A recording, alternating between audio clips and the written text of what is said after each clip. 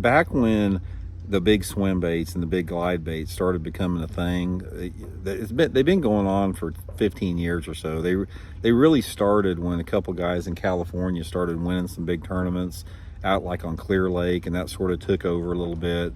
And then everybody started throwing these big glide baits. I remember we all got them. I got them. Everybody got them. And David Dudley, a friend of mine, all-time leading money winner on FLW, he told me, he said, man, he goes, I wasted so much time with those dang big swim baits and glide baits that I threw them all in the trash. He goes, I'll stay with my shaky head because I know if I get a bite on the thing, it's going to get in the boat.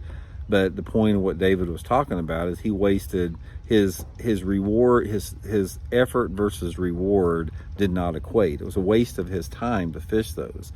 And what I want to do in today's video is sort of talk a little bit about some of those lure categories that are low percentage baits that you really could probably do better with something else. Then I'm going to talk about some high percentage baits.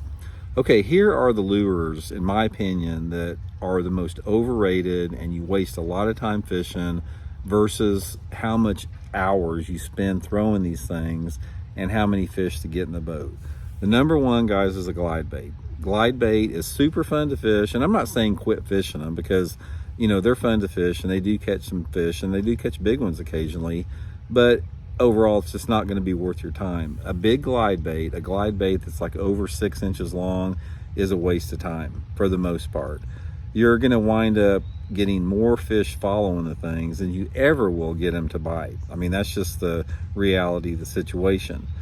Yeah, you can have some good days once in a while, but in terms of if you figured up all the hours that you spend throwing a glide bait during the course of a year versus how many fish actually come into the boat, it's a minute percentage.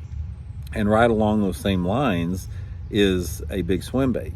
Big swim baits are notorious for that, as far as, you know, getting a lot of attractors from the fish, getting a lot of fish looking at the things, and they just don't bite the thing very much. That's like by far the two biggest lure categories out there. If you're going to go after those type of fish, there's other baits that are a lot more productive, because when you're talking about throwing a big glide bait or swim bait, you're talking about drawing fish that are reacting to a horizontally moving bait.